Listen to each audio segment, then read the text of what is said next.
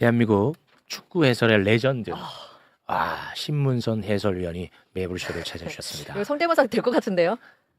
대한민국에서 신문선 성대모사 못하는 못한 사람이 사람. 나 하나야. 그래요? 골이에요. 나 하나 못해. 제가 해볼게요. 골! 골이에요! 그렇지. 나 하나야. 대한민국 레전드가 찾아주셨습니다. 왜냐? 축구를 너무 사랑하는데 축구 상황이 지금 너무 속상한 거야. 맞습니다. 그래서 소신 발언 하지 않을 수 없다. 그래서 매불쇼를 찾아주셨습니다. 지금 만나러 갑니다. 축구. 대한민국 축구 해설의 레전드 신문선 해설위원 박수로 맞이합니다. 와 레전드. 안녕하세요. 네, 감사합니다. 와 신문선. 와 대단하십니다. 대단하군요. 예. 뭐 매불쇼가 더 대단해요. 아, 여기서 섭외 오니까 네. 우리 집사람하고 애들이 아빠 스케줄 다 캔슬하고 와. 200만 구독자가 있어. 290만입니다. 그러니까 네. 나가 그러는데 네. 뭐 대단한 건 알았죠. 아. 지난주에 출연해달라고 그러는데 오늘 대한체육회 공정위원회 뭐 중요한 게 있고 지난주에 그래서 못 나오고 그래서 박문성 의원하고 나오면 제가 겁을 안 먹고 방송할 수 있을 것 같아서 얼마나 오늘 레프팅으로 데리고 왔어요. 얼마나 쓴소리를 많이 하시려고. 네. 네. 벌써 또 시동을 거십니다. 신문선의 대를 이어 지금 고초를 겪고 있습니다. 대한민국 해설위원 중에 레전드들은 다 고초를 겪어요. 네. 박문성 해설위원 박수로 모십니다. 네. 안녕하세요. 안녕하세요. 안녕하세요. 네. 네. 대한민국 축구 해설에서는 뭐 단연 원탑 신문선 해설위원이 맞죠. 제가 어렸을 때 항상 목소리를 들으면서 자랐죠. 네, 네. 그래서 실제로 제가 99년에 축구계에 들어왔을 때 실제로 이렇게 그때 뵙고 되게 설렜던, 네. 막 떨렸던 그런 기억이 있습니다. 어떻게 그 축구 해설위원회 성대모사를 전 국민이 다 그때 그만큼 정말 레전드였는데 네. 갑자기 그 2006년이었나요? 맞아요. 네, 그때 그 월드컵 네, 스위스와 경기. 스위스와의 경기에서 네. 스위스가 골을 넣었습니다. 네? 근데 그때 우리 신문선 해설위원이 네. 소신 발언을 합니다. 그랬어요? 골을 딱 넣었을 때, 네, 네. 이거는 우리 선수 발을 맞고 가서 오프사이드가 아니죠. 라고 했다가 매국노 소리를 듣고 난리 나면서 해설에서 마이크를 내려놓는 엄청난 큰 사건을 겪었죠. 그랬죠. 그때 와, 생각나네요. 옵사이드에 대한 거는 해설자니까 네. 정확하게 이제 그것은 해설을 해야 돼요. 애국보단 진실로. 그렇죠. 그 상호 중계가 끝나고 나서 전혀 문제가 없었어요. 다음 날도. 근데 이제 문제가 생긴 것은 어떻게 됐느냐? 피파 부회장인 정몽준 회장께서 네. 이것은 오심이다. 피파의 자기가 부회장이니까 이것에 대해서 문제 제기를 하겠다. 그리고 또 시청률 경쟁하던 방송사 한 방송사가 A 방송사가 국제심판 현직으로 있는 여성 해설자를 통해 가지고 시사 프로에 이것은 명백한 옵사이드가 맞다. 오심이다. 이제 이렇게 방송이 나가니까 제가 방송을 했던 S본부에서는 야 이거 시사가 우리가 약한데 시사 쪽에서 이렇게 강하게 공격을 하니까 저한테 몇 경기 좀 방송을 쉬었다 들어가시면 어떻습니까? 그래서 제가 그래 나는 해설자라서 옳은 방송을 했는데 그럼 난 들어가겠다. 비행기가 없을 텐데 내가 알아서 타고 들어갈게. 그리고 그냥 한국으로 왔어요. 그게 제가 방송을 해설을 공식적으로 놓게 된 그 비하인드 스토리입니다. 와, 아니 일단 뭐 진실 여부를 그러니까 뭐 옵사이드가 맞고 아니고를 떠나서 그 뭐 그냥 어찌됐든 내 생각에 따라서 한마디 한 걸로 마이크를 내려놓는다는 건 참 가혹하긴 한 것 같습니다. 그런데 그때 그 오프사이드가 맞았어요? 아니었어요? 결과적으로는 그냥 골이죠. 골이 맞았어? 네. 그럼 맞는 말씀하셨네. 심지어 또. 그러니까 피파가 그때는 사실 피파도 한참 대회 중이니까 그에 대한 언급을 하지 않았다가 나중에 지난 다음에 사실 그거는 뭐 이렇게 해서 문제가 없었던 장면이다라고 오피셜하게 이야기를 했죠. 제가 그때 독일에 있을 억울하다. 때 월드컵이니까 밤 12시에 월드컵 하이라이트 형식으로 방송을 해요.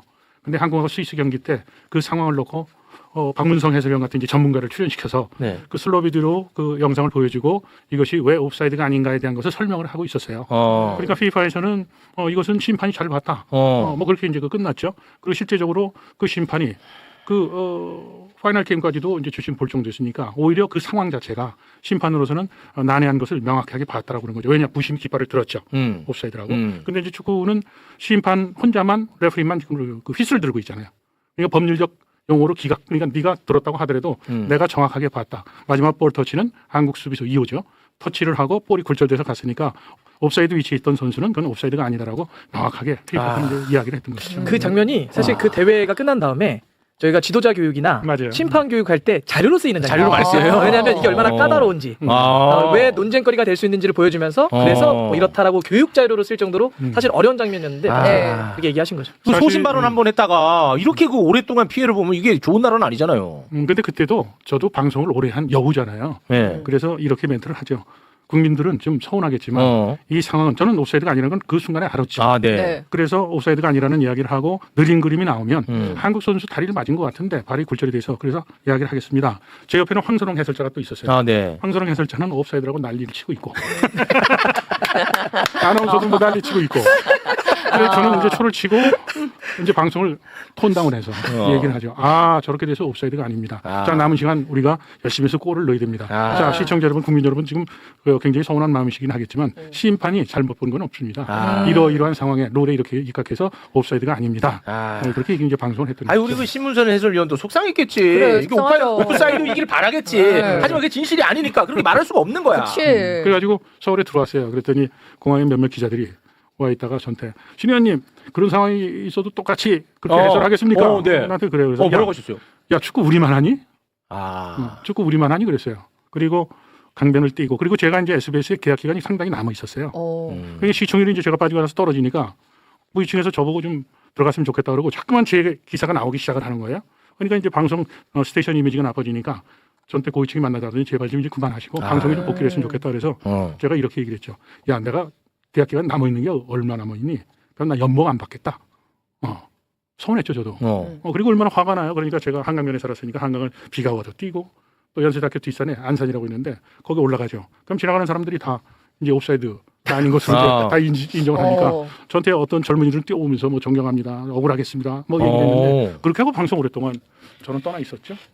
근데 세월이 흘러서 여기 옆에 있는 저는 뭐 워낙 박 기자 그래가지고 박문성도 지금 완전 고초를 겪고 박 있습니다. 기자를 작년 연말에 제가 제 공간에 불렀어요. 야 문성아 이리 와봐라. 그래가지고 야야야 이런 조짐이 보이는데 선배가 이렇게 당했거든.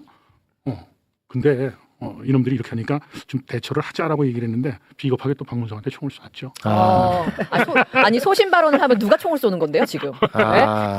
아무튼 뭐 두 분 다 대한민국 축구협회로부터는 이미 또 낙인이 찍힌 사람들입니다. 두 분 다 배렸어요. 배렸어. 배렸다고. 네. 저 아직 베린 것 같지는 않은데. 배렸다고. 알겠습니다. 자 그러면 이제 이렇게 소신 발언을 잘하는 두 분입니다. 네. 소신 발언을 하는 두 분과 함께 지금의 대한민국 국가대표팀에 대한 이야기를 좀 해볼까 합니다. 마지막 평가전 코트디부아르와 0대4 패배, 오스트리아와 0대1 패배. 지금 분위기가 굉장히 좋지 않은 그런 상황입니다. 네. 오스트리아와 패배 이후에 홍명보 감독이 또 인터뷰를 했는데요. 그 인터뷰까지 보고 와서 지금의 상황을 진단을 해보겠습니다. 함께 보시죠. 첫째로는 저희가 실점을 하면 안 된다는 생각이 들어요. 일단 실점을 하게 되면은 굉장히 어려운 경기로 끌려가기 때문에 특히 저희가 이제 1차전 같은 경우는 브레이크 전에 굉장히 좋은 흐름으로 가고 있었거든요. 근데 이제 그 브레이크 이후로 고강도가 떨어지는 것을 느꼈거든요. 뭐 2차전에는 잘 대비를 했었는데 아무래도 이제 그 순간에 실점을 해버리니까 경기 자체가 굉장히 어려워지고 또 끌려가는 경기가 되다 보니까 월드컵 본선에서는 첫째 실점을 하면은 안 된다는 생각을 특히 이번에 더 많이 했었습니다. 저 실점을 하면 안 된다는 말이 무슨 말이에요? 축구는 실점 안 하고 득점하면 되잖아요. 아니, 나는 지금 근데 어지럽네 갑자기. 무슨 말이야? 뭐야 임마 자식들아. 네네네. 야 이번 경기는 네. 일단 실점하지 말고 득점해. 뭐야? 그러면 선수들이 맞다 이렇게 합니까? 나는 이거 좀 놀라운데 이게 뭐야 이거? 아니 뭐 웃기려는 게 아니고 진짜 뭐예요? 이제 홍명 감독의 K리그 이제 울산에 이끌 때도 그렇고 뭐야? 이제 전술적인 어떤 부분에 대해서 언급을 잘 안 하세요 일단. 왜요? 그냥 그렇게 우리가 현상을 보면 스타일이 뭐 전술적으로 이런 부분이 이랬다 저런 부분이 이랬다 이런 건 잘했고 전술적으로 이거 좀 보완해야 된다 이런 식으로 얘기를 하지 않고 현상을 얘기를 좀 많이 하시죠. 초반에 우리가 실점을 해서 힘든 경기가 됐다. 체력적으로 부담스러웠다. 다음에 꼭 골을 넣어야 된다. 실점을 하게 되면 제가 지난주에 나와서 말씀드렸지만 뭐 누가 한 선수가 좀 뭐 개인 대인 방어하는데 좀 흔들렸다. 네. 누가 뭐 커버를 잘했다. 약간 스타일에서 전술적인 부분에 대해서 왠지 저도 나중에 기회가 되면 여쭤보고 싶긴 하는데 전술에 대한 언급을 많이 안 하는 건 사실입니다. 자 축구는 뭐요? 전술은 하위적 개념이에요. 축구는 전장하고 똑같아. 네. 전장하고. 네. 우선 제일 중요한 게 전략이죠. 전략. 이기려면 무엇을 준비를 해야 될지. 그렇죠. 그러면 이기려면 택틱에 대한 전술에 대한 것을 우선 짜고 전술의 기본형인 것이 포메이션이에요. 어떻게 쓰느냐 11명을 똑같이 네네. 11대 11이 하는데 그런데 3백 얘기만 해. 그리고 지금 얘기하듯이 아니 초등학교 애한테 물어보대요. 그래 골 먹지 않으면 이기지.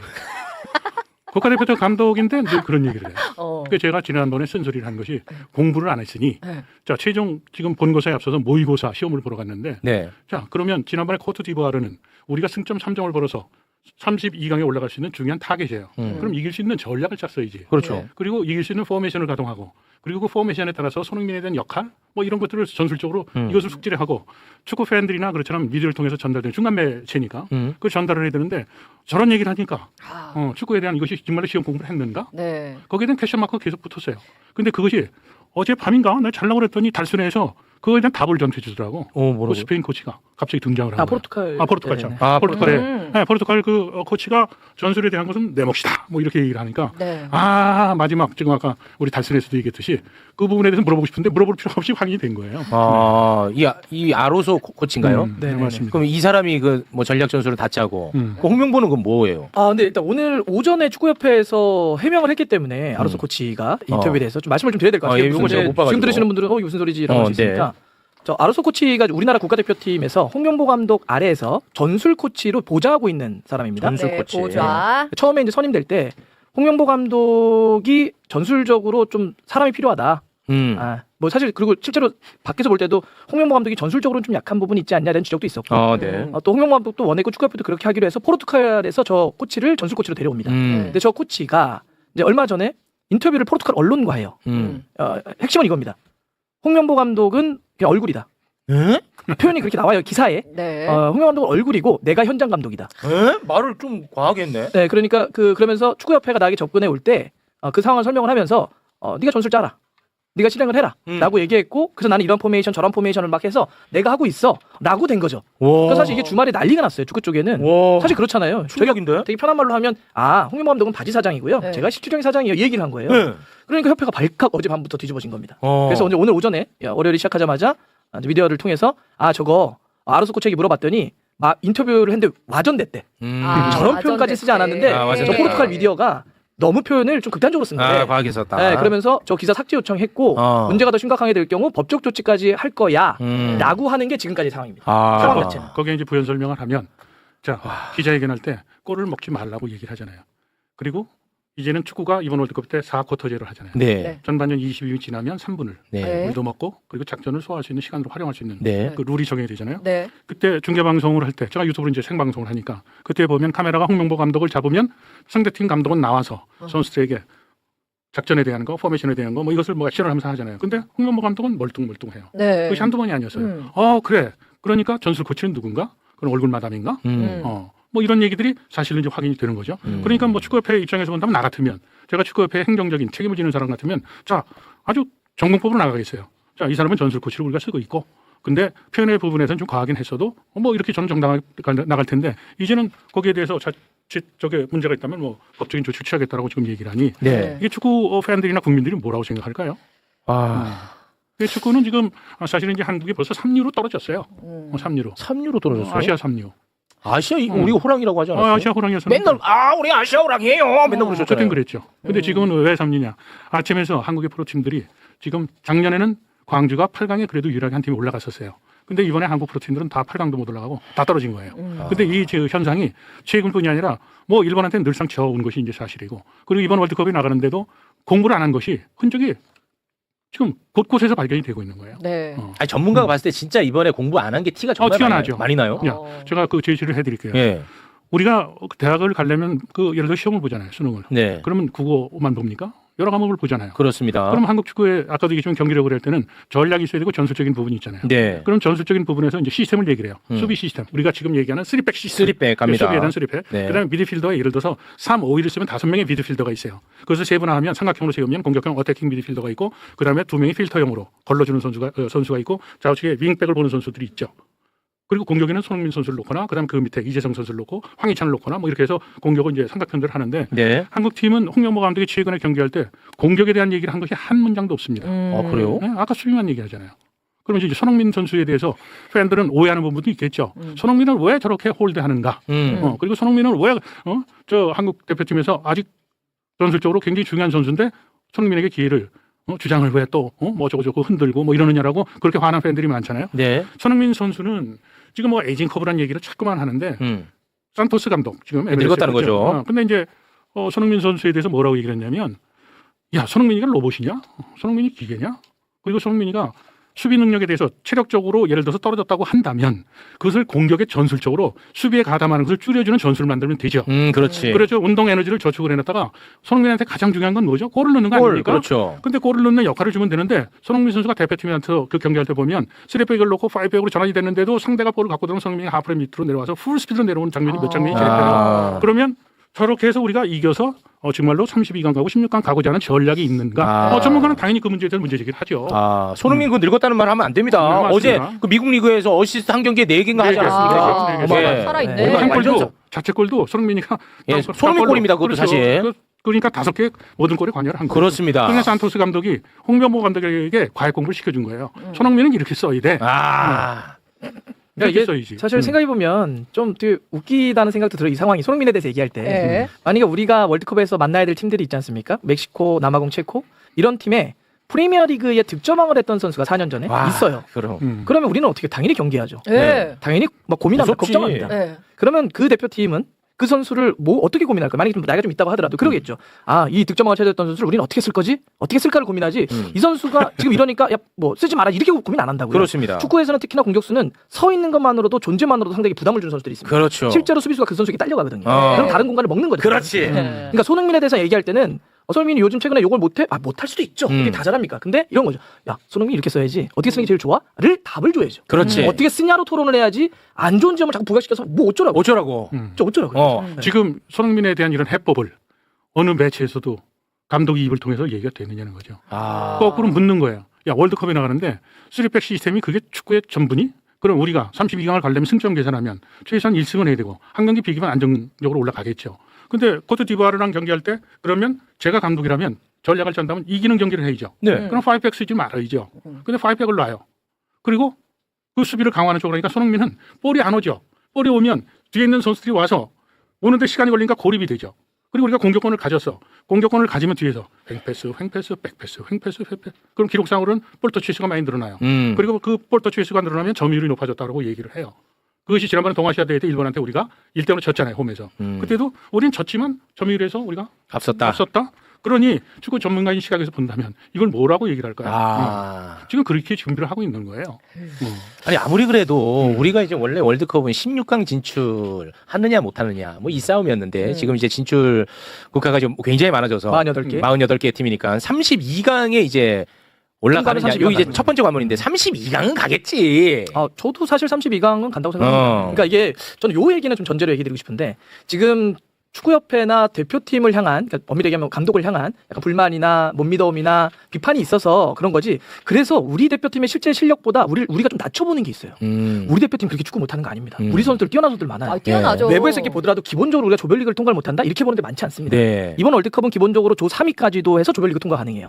우리의 지금 선수 구성을 놓고 보면 저는 32강은 충분히 조별리그 통과는 가고 그다음부터는 단판이니까 16강을 갈 수도 있고 정말 더 잘하면 뭐 더 갈 수 있다 보는데 아쉬움은 이런 거죠. 왜 이런 좋은 선수들을 가지고 이런 경기 내용과 이런 흐름밖에 못 보여줘 이런 거잖아요. 그게 핵심이야. 저는 이제 그런 점에서 예를 들면 자료를 8번 자료 한번 보여주시면 아까 4백과 3백에 대해서 얘기해 주셨는데 제가 3백에 제일 아쉬운 거는 바로 이 부분인데 사실 포메이션은 죄가 없습니다. 네. 뭐 3백은 나쁘고 4백은 좋고 이런 거 없습니다. 3백은 항상 맞고 4백은 항상 틀다 이런 것도 없습니다. 그렇습니다. 상황과 상대 따라 바꾸면 되는데 제가 지금 이 포메이션이 나와 있는데 3백은 저렇게 중앙 수비수가 3명 좌우에 윙백이라고 해서 저 선수들이 하프라인에 걸쳐 서 있습니다. 동그랗게 빨갛게 써 있는 선수들. 측면에 있는 선수들이 저 하프라인 정도에 걸쳐 있기 때문에 저 포지션이 굉장히 어렵습니다. 3백은. 왜냐하면 위아래로 수비할 때 올라갈 때 저 빨간색 화살표대로 쉴 새 없이 달려야 돼요. 이동량이 많아. 체력도 좋아야 되고 전술 이해도 굉장히 좋아야 돼요. 그렇겠네요. 그래서 백스를 쓸 때는 가장 중요한 포지션이 어디? 그러면 윙백을 다 얘기합니다. 제가 한번 이렇게 한번 여쭤볼게요. 현재 우리나라 대표팀 구성 중에 포지션만 놓고 보면 제일 취약하다, 제일 고민이다라고 하는 포지션 어디일까요? 많은 그동안 팬들이 얘기하거나 전문가들이 얘기하는. 바로 3선 미들. 저 CM으로 돼 있죠. 저 센트럴 미드필더 CM. 수비수 바로 앞에. 고 3선 미드필더하고 저 동그라미 친 윙백입니다. 풀백.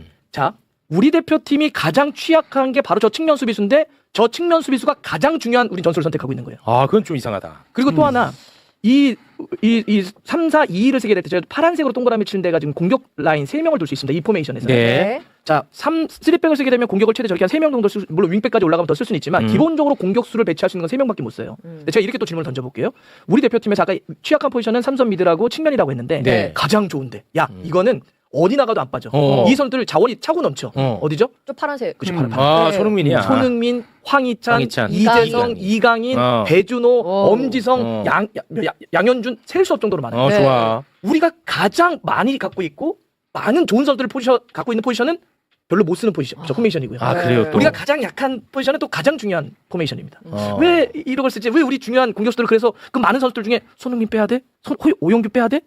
거기서 누군가를 자꾸 뺄 수밖에 없어 이 포메이션. 우리가 가장 차고 넘치는 포지션인데. 그거 아주 바보 같네. 그게 많이 아쉬워요. 물론 상대 상황에 따라 달라지겠죠. 표를 갖고 말씀드릴게요. 네, 우리 저 아까 저 봤어요. 띄워놨습니다. 자 여기서 보면 네. 그 아까 얘기했지만 빨간색 큰 네. 좌우측 윙백이라고 그래요. 윙백. 네, 가운데 이제 3명의 그 3백이라는 수비수들이 있죠. 윙백이 아까 우리 박 의원이 얘기했듯이 이 선수들에게 요구되는 것이 있어요. 체력적 요소. 그것은 스포츠 하트라고 해서 전신 지구력이 뛰어나야 돼. 네. 이 긴 거리를 계속 오르락내리락 진짜 해야 힘들겠네. 되잖아요. 심장이 두 개여야 되는. 스포츠 하트라고 네, 해요. 심장이 큰 그 역할이 돼야 되고 두 번째는 이제 심각한 문제가 뭐냐면 3백을 했는데 우리가 지난번에 코트디부아르랑 골을 먹을 때 4골을 먹었잖아요. 네. 4골을 먹었을 때 3백을 두고 이태석하고 서령우가 내려와서 5명이 있었고 그다음에 센트럴 미드필더 2명까지 해서 7명이 있는데 4골을 먹었어요. 7명인데 4골 먹었어. 그러면 지금 전형이라고 그랬잖아요. 아까 포메이션은 숫자를 갖고 내려온다고 되는 게 아니에요. 숫자는 형태상으로는 이것을 구축은 하지만 가장 큰 문제는 이 선수들이 내려와서 자기 마크만에 대한 역할과 책임에 대한 것이 훈련이 돼 있어야 되는 거예요. 자, 그 축구의 전문적인 걸 말씀을 드릴게요. 마크의 3원칙이 있어요. 마크의 3원칙 저거. 자, 네. 첫째. 너도 언제 뛸지 몰라. 첫째. 볼과 나는 그 골문과 일직선이 돼야 돼요. 볼과 일직선. 일직선이 되게 서라. 볼라문 이렇게 볼라문을. 두 번째는 자기 마크맨을 마크할 때 볼과 내가 마크해야 될 선수를 한 시야에 둬라. 한시야에 돌아. 한시야에 돌아. 그렇지. 그다음에 마크맨에 대해서 자신의 마크맨에 대해서 태클 거리에 둬라. 떨구지 태클. 말아라. 떨어뜨리면 안 돼. 떨어뜨리지 말아라. 오케이. 근데 7명이 들어갔어요. 상대 공격수가 3명, 4명인데 우리가 골을 먹어. 근데 그것이 코트 디부아르뿐이 아니라 멕시코랑 할 때도 그랬고 지금 계속 진짜 그 평가전한테 골을 먹어요. 그렇다면 이것은 예를 들어서 축구를 한 학생들에게 제가 이론적인 공부를 시키고 경기를 하면서 연습해보면서 학습을 시키면 지금 이런 실정을 계속 되풀이하면 안 된다는 거예요. 안 되죠. 안 되죠. 네. 그렇다면 아까도 얘기했지만 공부 안 했다고 얘기하는 게 바로 그런 이유예요. 자, 마크의 3원칙에 충실하면 그리고 또 한 가지는 뭐냐면 지금 우리가 3백 시스템을 하면서 좌우측에 윙백을 지금 쓰잖아요. 네. 아까 빨간색 자, 층에 윙백. 2명 있는데 이 선수들이 전형적으로 풀백 역할을 하던 선수들이에요. 풀백은 뭐예요? 그러니까 수비적인 수비수인데 저 위치보다 좀 더 내려가서 좀 내려가서. 내려가서 4백의 위치에서 쓰는 선수인데 형태상으로는 지금 3백을 놓고 좌우측에 윙백을 놨는데 이 선수는 현대축구에서 최소한 6대4로 수비는 6, 공격은 4. 어떤 팀은 5대5로 하는 팀들도 있어요. 5대5. 근데 얘네들이 지금 수비 지향적인 선수들인데 공격이 나가서 안 돼. 그럼. 그러면서 이 포메이션을 잘못 작동을 하게 되면 선수들이 체력적인 소모가 급격히 떨어질 수밖에 없고 네. 전체적인 폼이 지금 아까 박 의원이 좋은 얘기를 했는데 한국이 세계적인 공격수를 가지고 있어요. 네. 지금 손흥민도 있지, 그다음에 이태석이, 서령, 우리가 볼 때 이강인이도 있지, 이강인 잘해요. 이재성이도 있지, 이런 선수들이 있는데 왜 우리는 수비만 지금 얘기를 하느냐는 거예요. 자, 우리가 32강에 가려면 골을 넣으려고 하는 것이 우선이어야죠. 현대 축구의 모든 지금 축구의 룰도 그렇고 전술적인 그 바뀜의 현상은 뭐냐?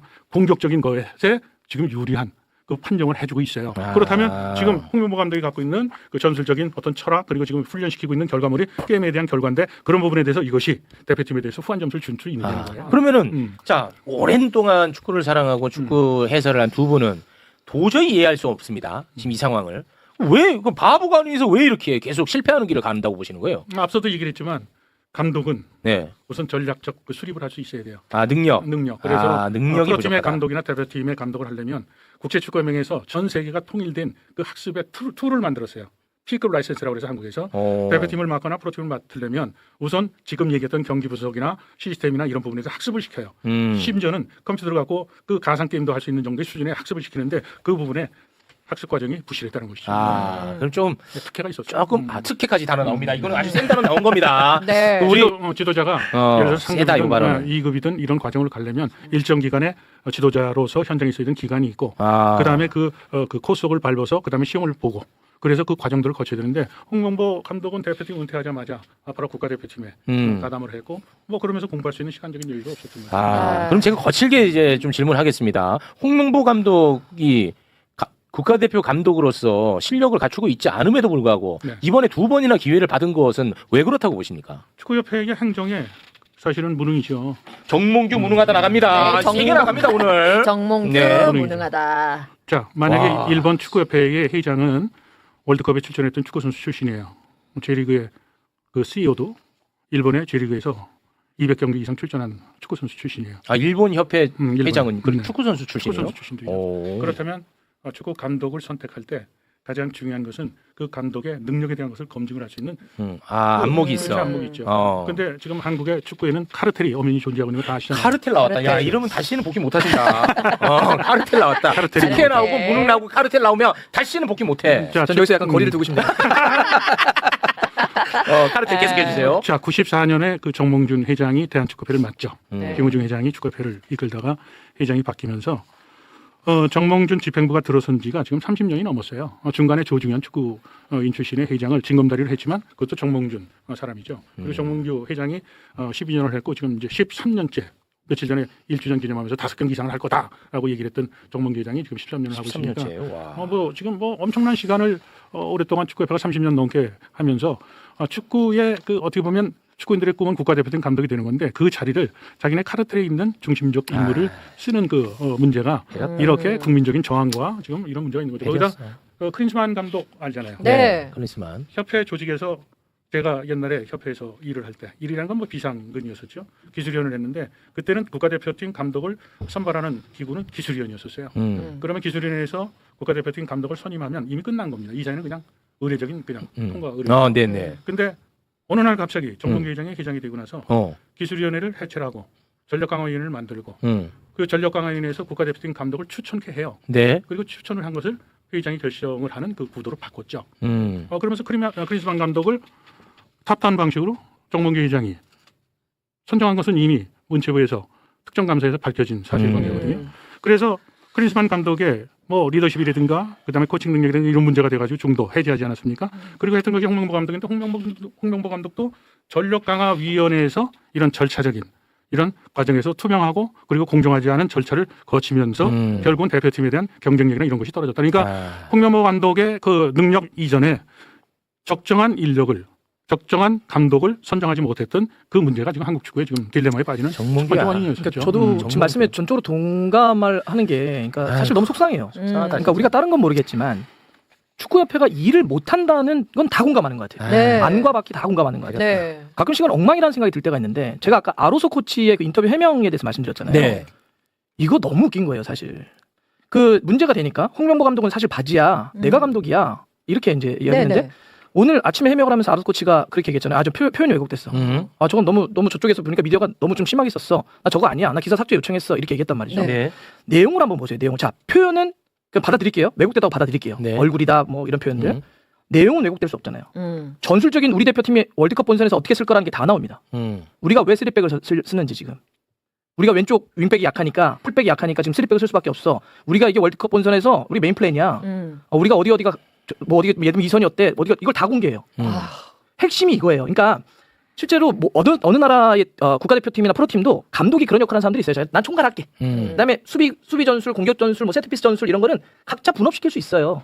그럼 차라리 처음부터 인정을 하고 제가 총괄 감독이고요. 이렇게 좋습니다 하면 돼요. 근데 문제 핵심은 만약 우리 대표팀도 그렇게 했다고 치죠. 지금 아르소 코치가 그걸 인터뷰에 나가서 다 까발렸다는 거예요. 우리 대표팀이 뭘 어떻게 쓸 거라고 하는 우리 플랜을 다 패를 깠어요. 그래요? 이거는 왜곡할 수 없잖아요. 그 기자가 그래 한국 대표팀은 왼쪽 저 풀백이 약하니까 이런 전술 쓰는구나. 월드컵 때는 그래서 포백 안 쓰고 3백 쓸 거구나. 그거 다 깠어요? 깠어요. 와 너무 다 보도됐죠. 홍명보 감독은 이번에 평가전 2번 끝난다고 그랬잖아요. 아직도 우리는 뭐 포백 쓸 수도 있고 3백 쓸 수도 있어. 사실 이 정도만 해도 돼요. 상대가 그래 모를까 우리 패를 모를 거 아니에요. 그렇지. 그 코치가 와서 그걸 다 얘기해 버렸단 와, 말이에요. 너무하네. 그래놓고서 왜곡이 됐다고 얘기했는데 제가 여기서 하나 말씀드릴게요. 그 포르투갈 인터뷰 기사 다시 한번 띄워주겠습니까? 이 기사가 실린 지가 언제냐면 네. 제가 화살표로 해놨는데 3월 5일 정확하게 한 달 전입니다. 이 기사가 한국에서 문제가 되니까 이 아르소 코치와 축구협회가 난리가 나서 기사 삭제 요청했다. 법적으로 대처하겠다 막 이랬단 말이에요. 한 달 지나서 한 달 지났어요. 아르소 코치가 이 중요한 얘기를 네. 해놓고 한 번을 안 봤다고요? 그것도 포르투갈 언론하고. 이게 좀 이상하다. 이게 납득이 됩니까? 3월 5일이야? 한 달 전이요. 만약에 뭐 야. 했는데 그러면 내가 왜곡돼지를 확인했을 거 아닙니까? 그러면 이거는 아무리 우리가 잘 봐줘도 부주의하거나 부적절한 겁니다. 그렇죠. 부적절하다는 건 코치가 나가서 어디서 그 인터뷰를 했다는 게 부적절한 거고요. 한 달이 지나도록 확인하지 않았다면서 부주의한 겁니다. 그렇습니다. 네. 생각해보세요. 역으로 만약 우리나라의 어떤 지도자가 동남아시아나 유럽에 어디 가서 코치를 해요. 그 국가대표팀이 월드컵 나가기 직전에. 근데 우리나라 언론사하고 와서 다 얘기해요. 그 나라 대표팀이요. 이번에 월드컵 가서 이전수 쓸 거예요. 와. 내가 이렇게 제안했어요. 그거 안 써요. 이번에 보면 왼쪽 윙을 많이 쓸 겁니다. 이걸 우리나라에서 다 얘기합니까? 얘기했다면 난리가 나요. 난리가 나죠. 지금 이 이게 대목에서 저는 어떻게 이렇게 일을 합니까? 아. 그 정몽규 회장의 무능에 대해서 제가 얘기를 할게요. 와, 오늘 아주 날 잡으셨네. 저 같으면 정몽규 회장의 그 위치에 있다 그러면 아니 퍼거슨이 매니저잖아요. 감독 해도 코치 아닙니까? 홍명보 감독은 매니저예요. 알아서 매니저니까 그 밑에 전술에 대한 코치를 쓰고 있는데 뭐가 문제입니까? 라고 저는 정면 돌파하겠죠. 그러니까 이제 홍명 감독이 매니저라는 건 총괄 감독하고 총괄 감독이잖아요. 이렇게 했다. 지금 이렇게 얼굴 마담이라고 그러고 바지 사장이라고 얘기해도 정면 돌파할 수 있는데 그것을 숨기고 한 달 전에 얘기한 것을 지금 갖다 뒤집고 그것을 또 법적으로 이제 책임을 묻겠다고 그래요. 국내 축구 팬들이 얼마나 화가 나 있습니까? 그리고 우리 박문성 해설위원은 축구 기자로서 한 획을 그은 기자 아닙니까? 그러니까 이런 문제에 대해서 제가 어제 저녁에 새벽에 이렇게 검색하다 보니까 이 문제가 터지길래 들어봤더니 이게 심각한 문제예요. 그래서 지금 어떻게 보면 감독의 역할에 대해서 저는 뭐 구단의 사장도 했고 또 옆에 행정을 했던 사람이니까 또 이제 거기서 번뜩 드는 생각이 든 거예요. 홍명보 연봉이 대충 얼마인지 아시죠? 20억이요, 그렇죠. 20억. 그러면 알아서 코치는 얼마를 받을까? 그죠?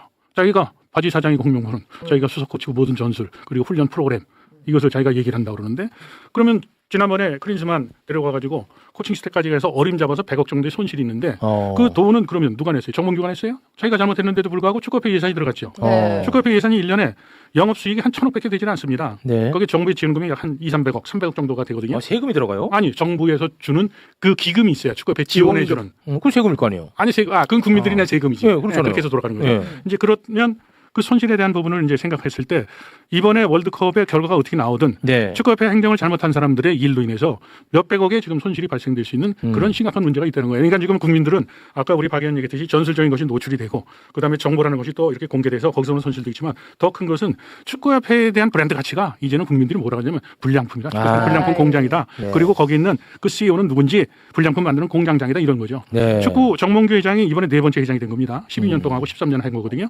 12년 전에 처음에 축구협회장 만들었을 때 그 당시에 축구협회 매출이 1,000억이 넘었었어요. 네. 그러면서 정몽규 회장이 공약으로 내세운 게 내가 축구협회장이 되면 2천억 3천억으로 경영 수익을 늘리겠다 그러는데 12년이 지났는데 작년에 보면 1,000억 왔다 갔다 해요. 그러면 지금 축구협회 경영 수지를 놓고 보면 이거를 경영 실적을 내긴다면 F 학점을 줄 수밖에 없어요. 저는 대학 교수니까. 네. 그러니까 대한축구협회의 쇠락에 대한 거, 승부 조작에 대한 거, 모든 사건들, 이벤트들이 지금 정몽규 회장의 그 타임 스케줄을 놓고 보면 거기에 점으로 다 찍혀 있다는 거예요. 정몽규는 F다. 네. 아니 근데 정몽규 회장 못 잘라요? F. 못 자르냐고요. 어떻게 잘라요? 선출됐는데. 아유, 참. 그거 사실은 저는 우리 박 기자를 좋아하는 게 용기가 있어요.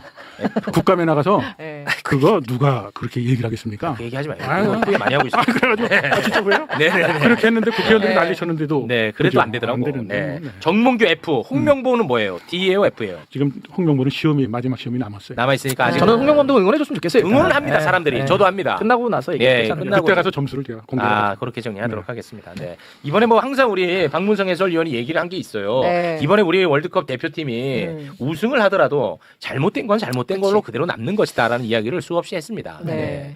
일단은 뭐 본선을 앞두고 있으니까 저희가 최선을 다해서 응원하고 싶습니다만 응원하고 싶은 마음까지도 자꾸 그러게. 앗아가는 느낌이 들어가지고 거기에 대한 맞아요. 지표가 정확히 나왔잖아요. 제가 한참 방송할 때 월드컵 가기 전에 평가전을 해도 해외 나가서 하더라도 말레이시아 가서 하더라도 시청률이 40%를 넘어들었어요. 와. 물론 지금처럼 다 채널 시대는 아니었었지만 네. 근데 지금 이번에 그 코트디부아르하고 그다음에 오스트리아랑 경기했는데 그 경기를 방송사 두 군데씩 따라붙었거든요. 근데 5% 왔다 갔다 그 밑으로 떨어지는 거예요. 아, 그래요? 그냥 정확하게 4.7, 두 번째는 1% 나왔습니다. 아유. 새벽 3시에 한 거. 아유. 그러니까 얘기하는 사람도 없어. 맞아 몰라요. 광고주들은 죽을 맛이죠. 제일 먼저 보는 게 시청률이죠. 네, 방송사들은 죽을 맛이야. 축구 중계 방송에 광고할 바에는 여기다 하지 여기다가. 할 바에는 저 나오세요 빨리. 왜냐하면 알겠습니다. 네. 축구가 지금 굉장히 지금 상업적 가치를 잃었고 그런 것 같아요. 어제 제가 손흥민 경기 중계 방송에서 놀란 게 미국은 4대 메이저 스포츠가 뭐 세계적인 뭐 최고의 저 엘도라도라고 얘기를 하잖아요, 미국을. 근데 손흥민을 보호하는 것이 자기네들이 MLS의 시장의 사이즈를 키우고 또 그리고 LAFC도 수익도 증대하고 뭐 그러니까 손흥민에 대한 그 푸싱하고 그다음에 메이크업 해주는 게 완전히 보이거든요. 근데 한국 축구는 스스로가 갖고 있는 상품적 가치를 떨구는 거예요. 맞아. 지나간 얘기지만 이강인 탁구 사건이 있었어요. 이강인 탁구 쳤죠. 그때 했을 때도 영국 언론에 뭐 흘렸다는 등 뭐 이랬다는 등 얘기를 하는데 아니 축구협회 지금 1,000억을 돈도 많이 못 버는데 가장 거기 효자 노릇을 하고 있는 것이 이강인입니다. 그렇죠. 그런 거는 좀 우산 씌워지고 감춰줬어야지. 숨겨주고 그래야죠. 그렇지. 네. 그러니 참 이게 한국 네. 축구가 상업적 가치도 잃고 참 이게 좀 어렵습니다. 요거는 뭐 좀 변방의 질문일 수도 있는데요. 개인적으로 조금 관심이 있어가지고 저는 이승우 선수는 발탁 가능성이 없는지 한번 좀 여쭤보고 싶습니다. 그러니까 뭐 제 취향을 물어보거나 선호를 물어본 게 아니시니까 현상. 현재의 현재. 북중미 월드컵에는 뽑히지 않을 겁니다. 아, 그건 확실합니까? 네네. 그럼 왜 그래요? 일단 뭐 아까 제가 우리 대표팀에서 가장 뛰어난 그리고 가장 많은 선수가 집중화되어 있는 데가 이승우 선수가 뛰는 그 라인이에요. 그러니까 이승우 선수가 대표팀에 오려면 황희찬, 이강인, 이재성, 손흥민 이기고 올라오면 됩니다. 아, 그래요? 네. 저는 조금 견해를 달리해요. 견해 달리합니다. 이승우는 무조건 뽑습니다. 네? 대표팀 감독이면. 그리고 또 내가 기술위원장이면 홍명보 감독한테 그렇게 권하죠. 왜요? 제가 기술위원 할 때 늘 하는 얘기가 있었어요. 그때는 그 대표팀 엔트리가 23명이었어요. 네. 23명의 엔트리는 어떻게 이게 23명이 됐느냐. FIFA에서 각 포지션 11명 아닙니까? 거기에 곱하기 2. 후보 선수 다치면 뛰어야 되니까 곱하기 골키퍼는 옛날에도 22명이었으니까 2명이었었어요. 근데 골키퍼가 특수 포지션이고 다치면 이게 심각한 문제가 되니까 하나를 늘려서 23명이에요. 그럼 23명을 놓고 보면 11명이 뛰죠. 그다음에 과거에는 5명 교체를 한다 그러면 16명이 가용 인력이에요. 그럼 23명이라고 만약에 계산을 한다고 하면 이번 월드컵 26명 들었죠. 그러니까 과거 사례를 들은 거예요. 23명을 갖고 하면 저는 이승우는 리저브에 들어가는 그 엔트리에 넣는 것이 아니라 이승우는 게임 체인저로. 게임 체인저로. 그 전북이랑 울산이랑 경기하는 거 보셨죠? 이번에 좋다. 이승우만이 할 수 있는 거예요. 이승우만이 할 수 있는 이승우는 저는 왜 좋냐면요. 파이팅이 있어요. 그리고 파이팅. 그 이승우가 사실은 한국 선수 중에서 제일 싸나워. 아주 싸울 줄 알아. 싸울 줄 알아. 사람 열받게 해. 사람 이렇게 이렇게 춤하고 있어. 사람 뚝뚝 날아간다니까. 그렇지, 상대팀이 이렇게 하는 거 있어. 그러면 열받지. 골밖에 하는 게 있죠. 네. 지난번에 이제 23명인데 26명으로 늘었어요. 그러면 뛰는 선수는 11명이고 교체에 대한 인원이 늘더라도 네. 이승우는 넣어야 되고 거기에 또 저는 옵션을 걸어요. 최소한 2명, 3명은 이번 월드컵에 들어가지는 못하더라도 미래의 선수로 성장할 수 있는 선수를 집어넣어서 그 선수들의 꿈을 줘야 돼요. 그 징표가 바로 지금 손흥민이에요. 손흥민 선수가 어린 나이에 독일에 가서 뛰고 있을 때 조광래 그때 국가대표팀 감독이었어요. 대표팀 구성하는 거에 대해서 저한테 식사를 하자고 해서 이제 자문을 구하길래 손흥민을 뽑으라고 했더니 너무 어린데 그래서 내가 그런 얘기를 했죠.